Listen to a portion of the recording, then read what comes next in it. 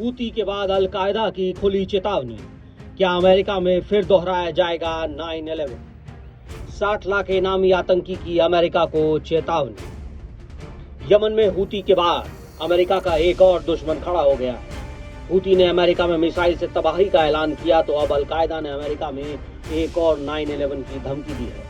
America पर जब आतंक की बात होती है तो एक तारीख जरूर दिमाग में आती है, वो है 11 सितंबर 2001।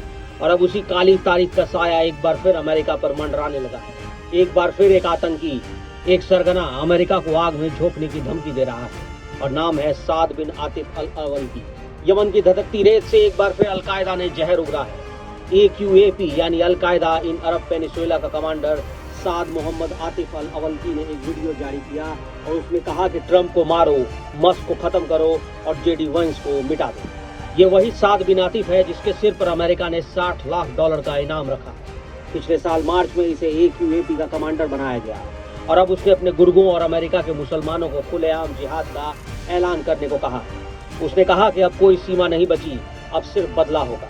साद बिन आतिफ अल-कायदा के सीनियर कमांडर्स में से एक। उसने अपने आतंकियों समेत अमेरिकी मुसलमानों से आह्वान किया कि वो 3 हाई प्रोफाइल हस्तियों की हत्या कर दें। एक लंबे अरसे से शांत बैठे खूंखार आतंकवादी संगठन अल-कायदा ने धमकी वाला वीडियो जारी किया है।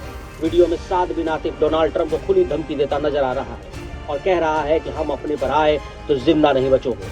अपने वीडियो में अल-कायदा का खूंखार कमांडर अमेरिकी मुसलमानों और अपने गुर्गों से कह रहा है कि अमेरिकी राष्ट्रपति डोनाल्ड ट्रंप, उपराष्ट्रपति JD वेंस और एलन मस्क को जहां भी दिखाई दे उनकी हत्या कर दें।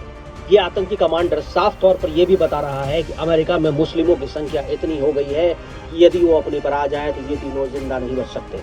इसके साथ ही इस आतंकी ने अन्य देशों के मुसलमानों से भी इस जंग में साथ देने को कहा है। अल अवलाकी ने अपने वीडियो में कहा, जो लोग फिलिस्तीनियों के खिलाफ जुल्म कर रहे हैं उनके खिलाफ जिहाद करना जायज है। बताया जा रहा है कि इसी खूंखार आतंकी के लीडरशिप में अल-कायदा ने अमेरिका में आतंकी हमले की योजना बनाई है।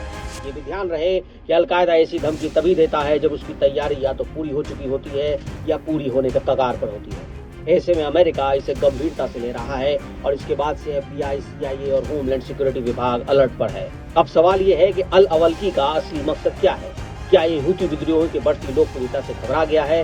क्या अल-कायदा एक बार खुद को इस्लामी प्रतिरोध का नेता बनाना चाहता है? विशेषज्ञ मानते हैं कि यह धमकी सिर्फ शब्द नहीं है, ये एक संकेत है कि आतंकी साजिश अपने अंतिम पड़ाव पर है।